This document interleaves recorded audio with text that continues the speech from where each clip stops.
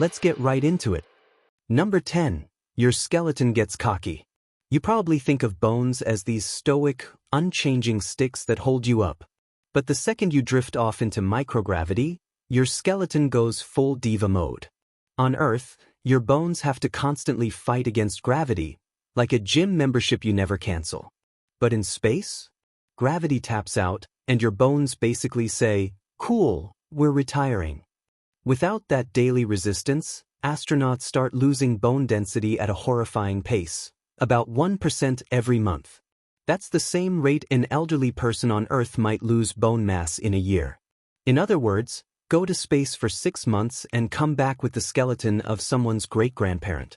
NASA literally had to invent space workouts, giant resistance machines that look like cursed Bowflex equipment, just to trick your bones into remembering they exist. The result? Astronauts have to spend around 2 hours a day pumping fake iron in a floating gym, while their coworkers float past like cosmic goldfish. It's either that or risk snapping a femur back on Earth because your skeleton forgot it had a job.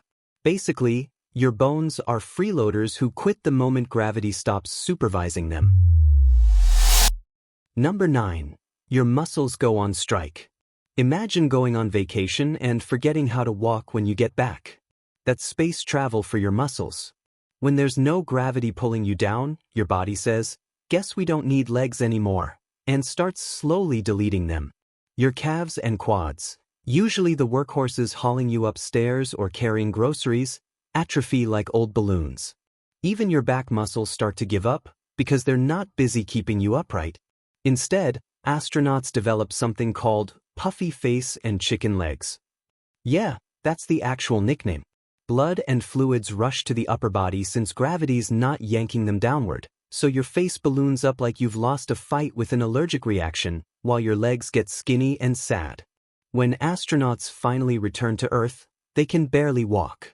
NASA doctors sometimes have to carry them out of the capsule like fragile toddlers. Picture spending billions of dollars to fling yourself into space, only to come back needing the balance of a drunk penguin. So yeah, space doesn't just make you weak. It robs you of both dignity and leg day. Number 8. Your brain floats too. Here's a thought you didn't ask for. In zero gravity, even your brain starts to shift. Not metaphorically, like deep thoughts about the cosmos. I mean physically, it literally floats higher inside your skull. MRI scans of astronauts show that after a few months in space, their brains creep upward, like a goldfish in a tank with too much water. The pressure rearranges brain structures, squishing areas that control vision and balance. Some astronauts actually come back with blurred eyesight that never fully goes away. NASA calls it SANS, spaceflight-associated neuroocular syndrome, which is just a fancy way of saying your eyeballs are paying rent they can't afford. The worst part? We don't fully know why this happens. It might be fluid buildup, it might be pressure shifts, or maybe your brain just wants to peek over the steering wheel of your face. Whatever the reason, astronauts end up with space-induced farsightedness, which is the least cool superpower imaginable. So next time you hear astronaut, don't think of sleek space pilots with eagle eyes. Think of blurry, floaty-brained humans, squinting at Earth like they left their glasses in orbit. Number 7. Your blood gets confused. Your circulatory system is basically a plumbing setup designed for Earth's gravity. Veins push blood upward, arteries push it downward, and the whole thing works fine, until you yank gravity out of the equation. In space, your body's like, "Cool, let's just slosh everything around." Fluids rush toward your chest and head, giving you that puffy moon face look. Your body, being the overachieving micromanager it is, thinks, "Whoa, too much blood up top. Time to dump some." So it starts producing less plasma, the liquid part of your blood. After a while, astronauts technically have less blood volume than they should, which sounds like the premise of a low-budget vampire movie. The catch? When they come back to Earth, gravity suddenly demands the full supply again. But the body's like, "Nah, we downsized." This mismatch makes astronauts lightheaded, dizzy, and sometimes faint like Victorian ladies. It's called orthostatic intolerance, basically gravity bullying your blood after months of space anarchy. So yes, Space travel means training your blood to act like it has commitment issues. Number 6. Space sickness is a thing. Here's a fun image. Picture yourself floating through the International Space Station, unwrapping some freeze-dried mac and cheese, and then, whoops, you feel like you're on the worst roller coaster ever invented. That's space adaptation syndrome, or space sickness. Your inner ear, which controls balance, relies on gravity to figure out which way is up. Take away gravity, and your inner ear just starts gaslighting you. It's like, are we upside down? Are we spinning? Is the floor in the ceiling now? Who knows?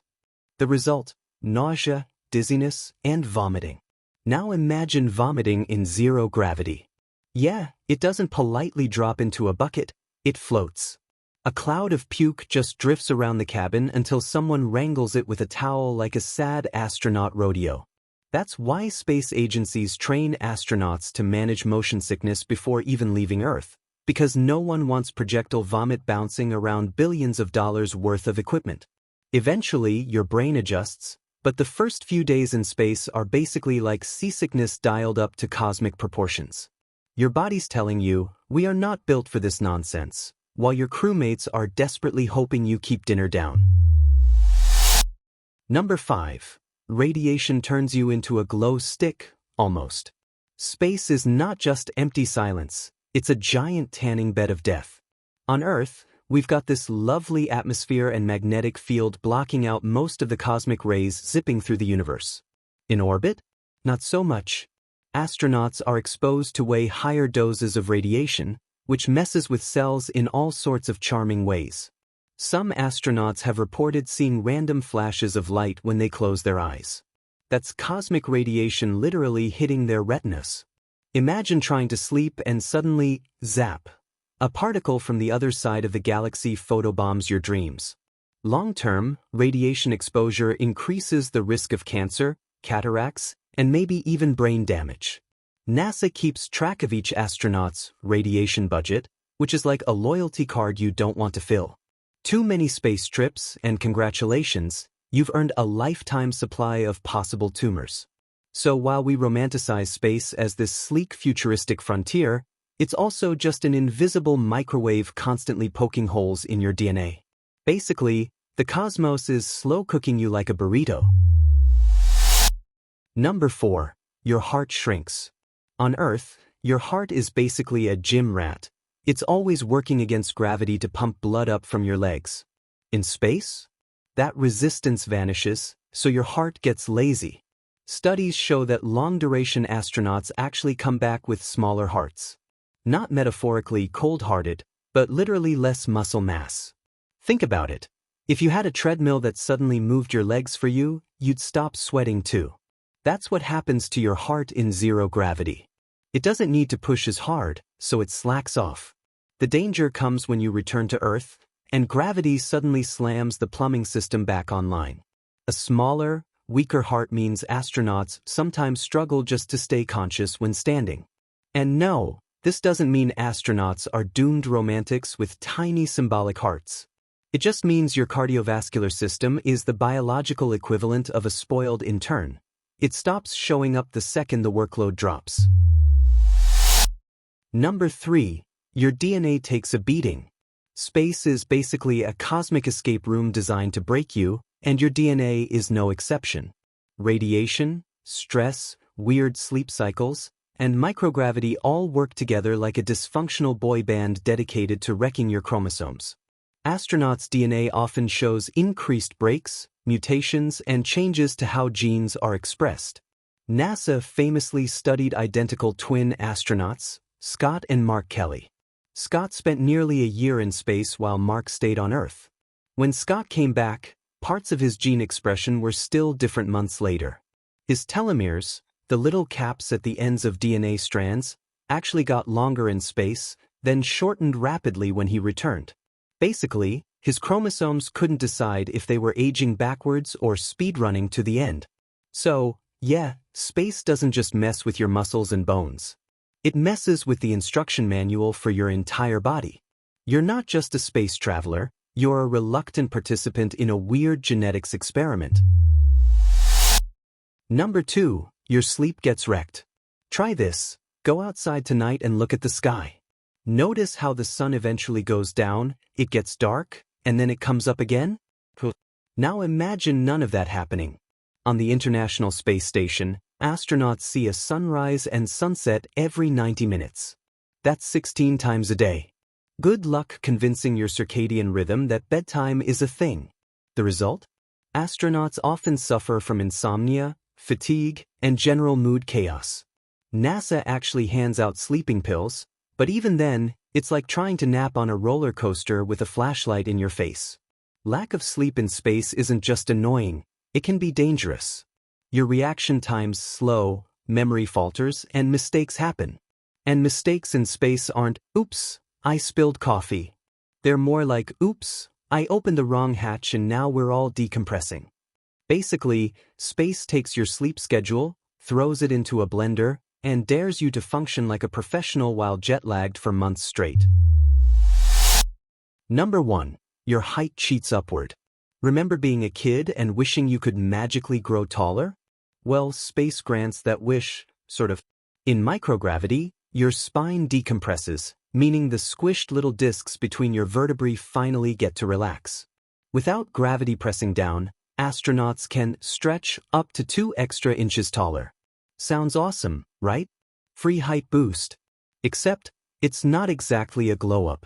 The extra spinal length often causes back pain, stiffness, and an awkward return to Earth, where gravity immediately shoves everything back into place. Astronauts describe it as shrinking overnight, like a human accordion snapping shut. And no, this isn't the kind of growth spurt that helps you dunk a basketball. It's more like your skeleton auditioning for Cirque du Soleil and then immediately quitting once gravity clocks back in. Your body is literally bending reality for a few months, then punishing you with chiropractor bills later. So, yes, you can technically brag about getting taller in space, but don't expect anyone to be impressed when you're limping through customs with a sore back. That's all for today. I'll be making similar videos in the future. Subscribe to see them.